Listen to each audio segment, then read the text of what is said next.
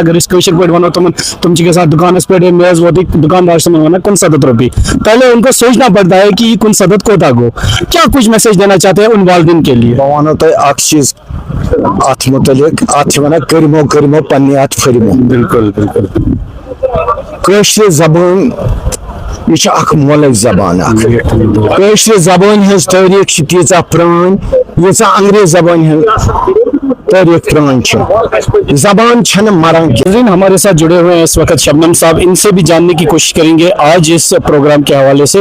شبنم صاحب آپ کا خیر مقدم ہے ویلی نیوز بلٹن میں۔ شکریہ۔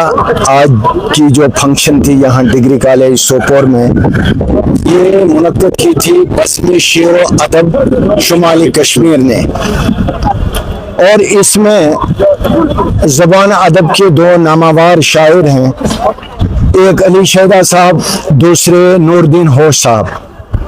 ان کو آج خلت سے نوازا گیا، اور یہ پہلی بار ہوا کہ شمالی کشمیر کی ایک تنظیم نے ایسے دو شعراء کو منتخب کیا جو واقعی اس کے حقدار ہیں۔ ایک تو ان کی حوصلہ افزائی ہوئی زندگی میں، دوسرا یہ کہ نیا جو کاروان چل رہا ہے ادبی کاروان، یہ ایک تحریک بنے گی نئی پود کے لیے، نئے لوگوں کے لیے۔ اور آج کی اس محفل میں کئی بڑے شعراء شامل تھے، فیاض تلگامی صاحب تھے، مجروح کشمیری صاحب تھے، اس کے علاوہ دور دراز علاقوں سے آئے ہوئے شعراء نے بھی تقریب میں حصہ لیا، جبکہ ڈگری کالج سوپور کے پرنسپل بشیر احمد پرے صاحب بھی تقریب کی زینت بنے۔ اچھا شبنم صاحب، آپ سے جاننے کی کوشش کریں گے، آپ دوردرشن سے وابستہ ہے، تو کشمیری لینگویج کہیں نہ کہیں اب یہ ترک کر رہی ہے کشمیر کے لوگ۔ اب نئی جنریشن کی بات کریں، نئی جنریشن کو ابھی بھی سمجھ نہیں آ رہا ہے اگر اس کوشر پہ ونو تم کے ساتھ دکانس پہ ووت دکاندار سے ونان 69 روپیے پہلے ان کو سوچنا پڑتا ہے کہ 69 کوتا گو کیا کچھ میسج دینا چاہتے ہیں ان والدین کے لیے؟ بہ ونو تہ اخ چیز ات متعلق ات ونان کرمو پنہ ات پھرمو بالکل بالکل کٲشر زبان یہ اخ مولج زبان اخ کٲشر زبان ہز تاریخ تیژہ پران ییژہ انگریز زبان ہز تاریخ پران زبان چھن مران کی، البتہ زبان پھاپھلاونس مز تمن لوکن ہند رول آسان یم امہ زبان ہند وارث آسن۔ کٲشر زبان ہند وارث کٲشر، ییٚلہِ أسۍ پننہ کٲشر زبان مز پنن زبان بولنس مندج گژھِ، بیٚکِس کیٛاہ ؤنِو تُہۍ؟ امیُک ابتدا چھُ اَسہِ گرِ پٮ۪ٹھ کرُن۔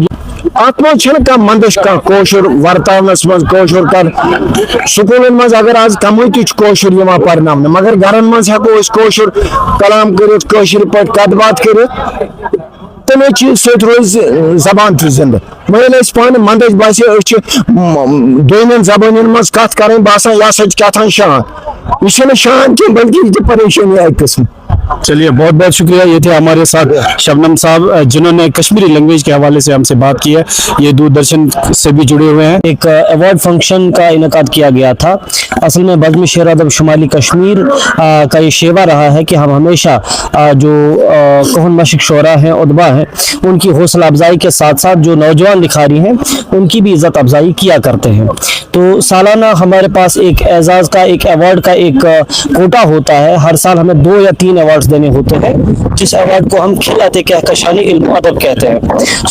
خلعت کہکشانی علم و ادب کے لیے اس سال جو نامزد کیے گئے تھے وہ جناب نور الدین ہوش صاحب تھے اور جناب علی شہدہ صاحب تھے۔